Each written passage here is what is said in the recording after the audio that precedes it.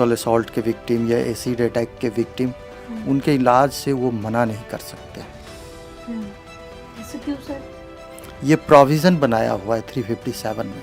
357 yes, 357 जी। का ABC कुछ इस तरह से है जिसमें प्रोविज़न बनाया हुआ है कि वो इलाज से मना नहीं कर सकते हैं जी। चाहे वो गवर्नमेंट के हॉस्पिटल हों या सरकारी हॉस्पिटल हों।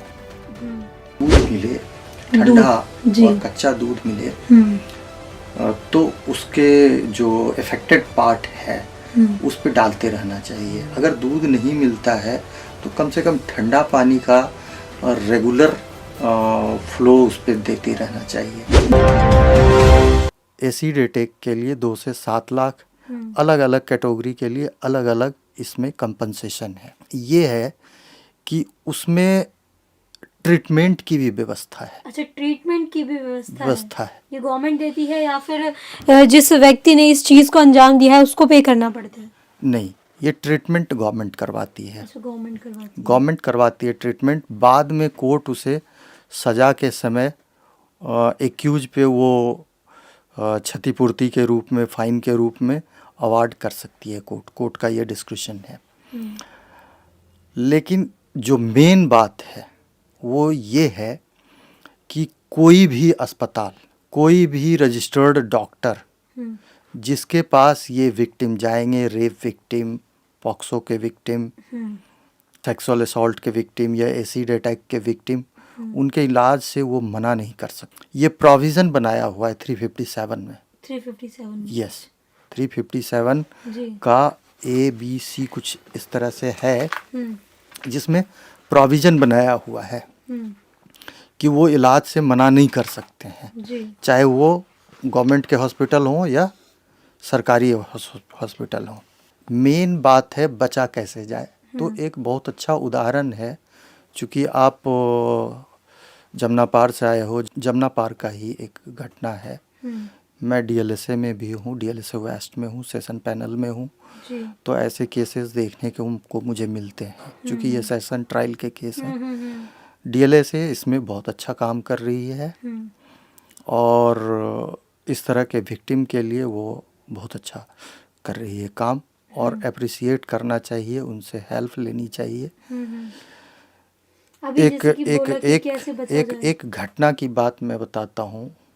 एक लड़की मेडिसिन शॉप पे गई, वहाँ एक लड़का ने उसे प्रपोज किया।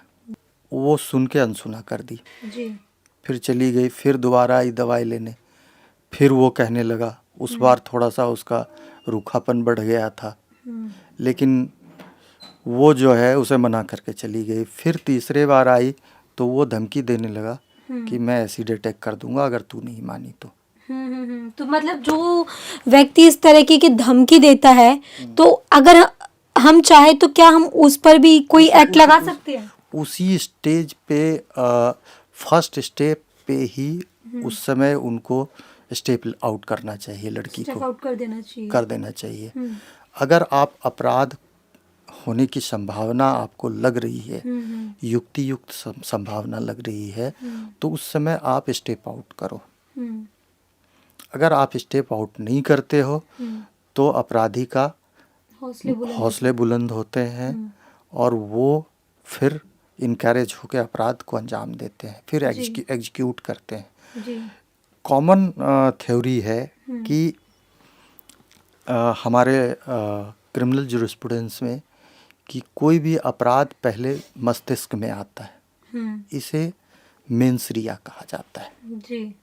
ठीक है, मस्तिष्क में आने के बाद फिर वो दूसरा स्टेप जो होता है तैयारी की होती है, preparation for commital of commit to offence जी। वो प्रिपरेशन करता है। जैसे एसिड अटैक में पहले दिमाग में आया कि इसको जी मैं ऑफ़र करता हूँ, उस पर इतने पागलपन आ जाते हैं कि वो कहता है कि जी आप जो है अगर मेरे प्रपोज़ल को एक्सेप्ट नहीं की तो मैं एसिड अटैक कर दूंगा। ये उसके दिमाग में बात आ गई, मेंस रिया हो गया। तीसरा वो क्या करता है कि एसिड का अरेंज करने लगता है। एसिड जो इसमें जो एसिड का डेफिनेशन है, एसिड का मतलब केवल H2SO4 या HCl ही नहीं है जी।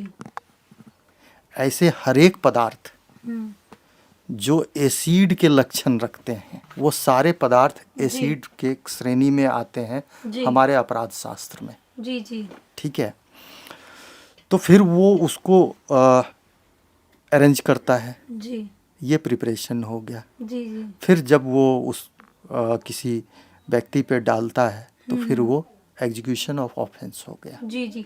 तो सर जिस तरीके से लोग जो अपराध इस तरीके के जो मानसिकता वाले लोग हैं जब इस तरह की घटना को अंजाम देते हैं तो लड़कियों के लिए कितना ज़रूरी है इस चीज़ को मतलब अवेयर करना। अगर हम अवेयर को लेकर बात करें तो कुछ सर इसको लेकर संदेश देना चाहेंगे ताकि जो लड़कियां हैं वो इस राइट्स को समझे और पहले से ही इसको लेकर बच के मतलब सतर्क रहे। मैं जो जमुना पार के घटना की बात कर रहा था, जी जी उसके बाद जैसे वो मेडिसिन शॉप वाला बताया कि भाई मैं एसिड फेंक दूंगा तेरे पर, हम्म तो उसने तुरंत पुलिस को इन्फॉर्म किया, जी पुलिस कंट्रोल रूम कॉल करके हम्म फिर उसे बुक किया गया हम्म पुलिस के द्वारा, जी फिर पूरा प्रिकॉशन लिया गया तो फिर वो बच सकी। मतलब बच बच सकी। गई वो।